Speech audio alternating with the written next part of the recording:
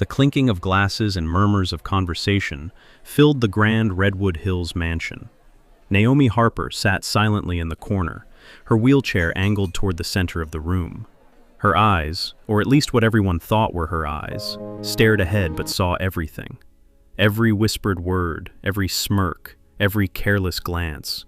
Naomi heard it all. She had been blind and paralyzed for 6 months, and tonight, the culmination of patience, planning, and silence would finally unfold. Victor Kane, her husband, strutted through the crowd, laughter dripping from his voice as he leaned close to a woman in a red dress. He had no idea she was watching. Diana Moore, Naomi's own sister, fluttered near him, adjusting her smile as she whispered something about the night's plans. They thought she couldn't see, they thought she couldn't hear, and that confidence was their undoing. But to understand how Naomi arrived at this night, one had to start 8 months earlier. She had been unstoppable, the kind of woman whose name alone could make boardrooms tremble. At 34, Naomi sold her cybersecurity startup for a fortune that left even seasoned investors envious. She moved into the mansion with Victor, a man who seemed at first the perfect companion, charming, attentive, funny in just the right way. Everyone admired their union. 3 years into their marriage, the subtle cracks began to appear. Be careful. Victor started coming home late. His phone always slipped into his pocket when Naomi entered the room. Little excuses about work emergencies or clients from out of town became daily occurrences. Naomi didn't react at first. She trusted him. But one evening, she returned home earlier than planned, and that trust shattered in an instant. Laughter echoed from the master bedroom. Naomi's heart pounded as she approached, each step calculated. The door creaked as she opened it just enough to peek inside. Victor was there, hands roaming over Clara Ruiz, Naomi's personal assistant. Neither of them noticed her standing in the doorway. Naomi felt a twist in her chest, a mixture of fury and disbelief, but she said nothing. She closed the door and walked away quietly, her mind already working faster than ever. She didn't confront him that night. Instead, she began watching. She checked her financial statements, monitored phone logs, reviewed security footage from the office. Soon, it became clear that Victor's intentions went far beyond infidelity. He wasn't just having an affair. He was plotting to take her entire fortune. And the person helping him? Her sister, Diana. The first time Naomi overheard Diana on the phone with Victor, her blood ran cold. "Once we get power of attorney," Diana's voice cooed, "everything becomes ours." Victor's smooth tone came through the speaker. "We just need the right moment. She won't see it coming." Naomi's hands clenched into fists. Her sister, her own flesh and blood, plotting against her? Betrayal cut deeper than any infidelity could. She realized confronting them would achieve nothing. They were too confident, too greedy, and too careless. So she began planning. 2 weeks later, Naomi staged a car accident. Every detail was meticulously crafted. The skid marks, the timing, even the hospital's response. The doctors delivered their lines flawlessly. Traumatic brain injury, partial paralysis, blindness. The world mourned Naomi Harper, the brilliant, unstoppable woman who had been brought low by fate. Victor was devastated in public. He told friends, neighbors, and business partners that he would take care of his wife forever. Behind closed doors, however, the mask slipped. He began testing the waters, subtly bringing women into the mansion under the guise of helping around the house. Naomi, pretending to be utterly helpless, allowed him to think he had won. Months passed. Naomi installed hidden cameras and voice recorders throughout the mansion. Motion sensors in hallways captured the movements of anyone who entered her private spaces. Every careless comment, every betrayal, every conversation about her assets was recorded. She lived among them silently, a ghost in her own home, gathering evidence, collecting proof, and letting them believe she was powerless. Victor was cruel without realizing it. One evening, he leaned close to Diana as Naomi listened from the next room. "She's basically a statue now," Victor whispered. "The doctors say she'll never recover. Once I have legal control, we can sell the company and the mansion.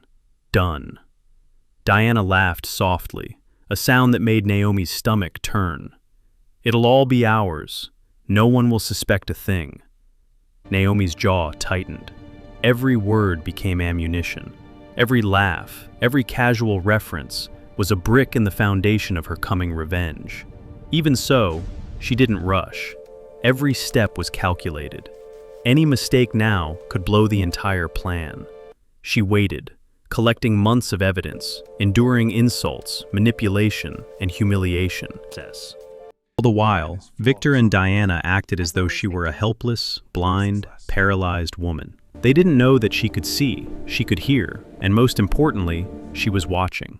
It was 6 months after the accident when the final act was set into motion. Victor, brimming with arrogance, decided to host a party to celebrate Naomi's progress. He invited friends, business partners, and neighbors, boasting about how he had cared for her in her supposed helplessness. Naomi wheeled herself into the grand hall that evening, cameras rolling, recorders active, motion sensors ready.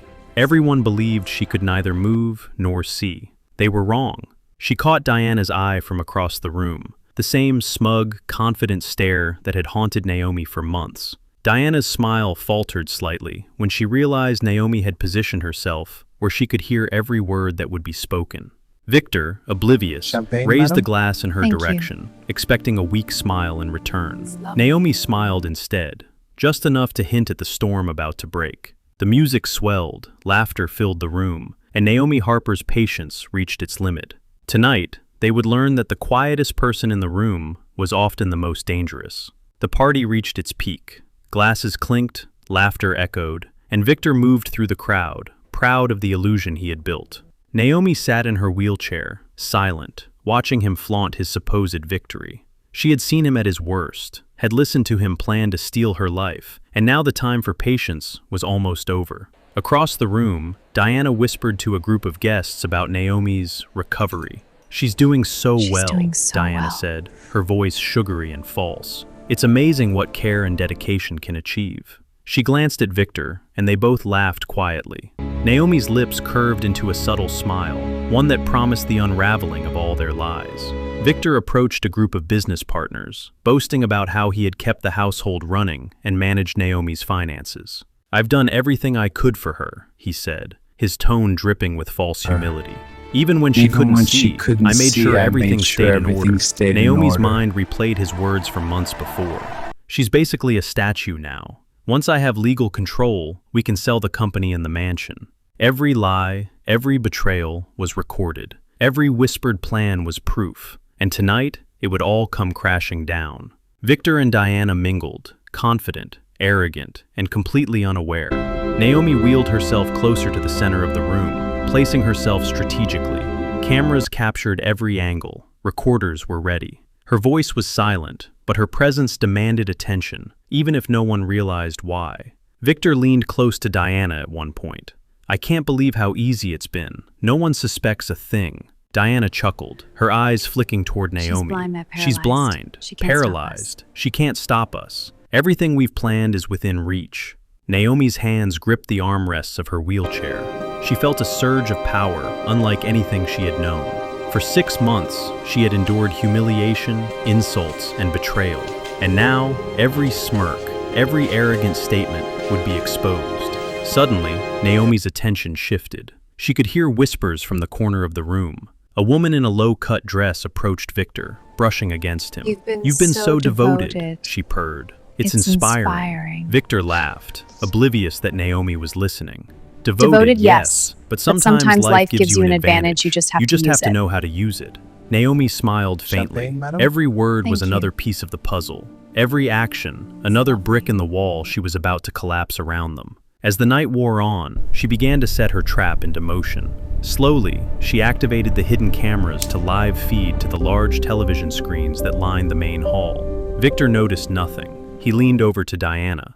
"Imagine what people will think when they see her recovery. She'll be the star of the party." Diana nodded. "Everyone will be fooled. She has no idea what's coming." Naomi's lips twitched in a smile. "She knows," she thought. "I've known every word, every plan, every betrayal." She wheeled herself closer to the center of the room, positioning herself where all the guests could see her clearly. She adjusted her posture, making it seem like she was still weak, still helpless, still the woman everyone had underestimated. Victor caught sight of her and moved toward her. "Naomi," he said, bowing slightly, "I thought you might need something to drink. Let me help you." Naomi's smile widened. "Thank you," she said softly, almost inaudible, letting him believe she was compliant. She could feel the cameras capturing the moment, recording every interaction for the proof that would destroy him. Victor leaned closer, whispering something meant only for her ears. Soon, everything will be ours. Just wait. It's almost done. Naomi's chest tightened, but she remained calm. She nodded slightly, maintaining the illusion, while internally savoring every word. Then came the moment she had been waiting for. The house went silent for a moment, as Victor raised his glass for a toast. "To Naomi," he said loudly. "To Naomi, for her strength, for courage, and her continued recovery." And for her continued recovery. The crowd clapped, some genuinely moved, some unsure how to react. Naomi sat perfectly still, her expression carefully neutral. Then, slowly, she pressed a small button hidden in her lap. The large television screens flickered on. At first, they showed images of Naomi sitting silently in the mansion over the past 6 months. But soon, the live feeds switched to recordings of Victor and Diana in private conversations, planning how to seize Naomi's fortune, mocking her condition, and plotting to institutionalize her. Gasps echoed through the room. Victor froze, mid-toast. Diana's face drained of color. The crowd watched in shock as every lie, every betrayal, every careless comment was displayed for all to see. Naomi stood, slowly, deliberately, letting the room absorb the shock. She straightened her back, appearing taller than she had in months. "You should have whispered," she said, her voice clear and commanding. "Because I heard everything." "Because I heard everything." Victor's face turned red. "What are you talking about?" "Naomi, I'm telling you, Victor. This isn't... You can't..." Naomi cut him off, her tone ice cold. "No, Victor, this is me. The me you thought you destroyed. The me who watched you and my sister plot against me. The me you underestimated at every turn." Diana stepped back, her hand over her mouth. Naomi. Save it," Naomi snapped. "Save it." "I've recorded everything. Every word, every plan, every betrayal." She gestured to the screens, which continued playing the damning evidence. "And now everyone here can see what kind of people you really are." The room was silent, except for the faint hum of the screens and the stunned gasps of the guests. Victor stumbled backward, knocking over his drink. This is impossible," he muttered. Naomi's lips curved into a small, victorious smile. "Impossible? Impossible. Not at all. Not You at all. underestimated You underestimated me. me. You thought I was weak. You thought I couldn't see, couldn't hear, couldn't fight back. But you are wrong." The first calls to the police were already being made. Guests whispered among themselves, some horrified, some incredulous. Victor tried to regain composure, but every word he uttered now betrayed panic. Naomi wheeled herself toward the center of the room, her eyes meeting those of everyone who had been complicit, whether knowingly or not. "Let this be a lesson," she said, her voice steady, "that the person who appears powerless often sees the clearest, and sometimes the quietest person is the most dangerous." Diana tried to defend herself, but the evidence on the screens spoke louder than any words she could muster. Victor's arrogance, his plotting, his betrayal, everything was laid bare. Naomi's phone buzzed lightly in her lap. It was a text from her lawyer. "They're on their way. All evidence is admissible. Case is closed." She let herself exhale for the first time in months, though the night was far from over. Justice had begun, and the perpetrators were about to face the consequences of their actions. Guests murmured, some taking pictures, some whispering shocked commentary. Naomi caught snippets of conversations she had recorded months ago, now being replayed on the screens, and allowed herself a small, private smile. She had endured the lies, the cruelty, the betrayal, and now she had won. Even as Victor and Diana's expressions twisted between panic and rage, Naomi remained calm, composed, the picture of silent power. She had orchestrated this entire moment, turning what had seemed like vulnerability into the ultimate weapon. Police sirens wailed outside as the first officers arrived. Victor's face drained of color, the arrogance replaced by panic. Diana's lips trembled, and she stumbled backward, almost colliding with a guest. Naomi remained poised in her wheelchair, every motion deliberate, every word measured. "Mr. Kane," one officer called You firmly. You're under arrest for fraud, conspiracy, and financial manipulation. You have the right to remain silent. Victor opened his mouth, then closed it again, realizing there was nothing he could say. Every lie, every betrayal, every plan had been captured, recorded, and played for the world to see. He had believed he was untouchable, that Naomi's supposed blindness and paralysis would leave her powerless, but all that confidence had been his undoing. Diana tried to speak, her voice cracking. "Naomi, please, we didn't—" Naomi cut her off with a steady tone.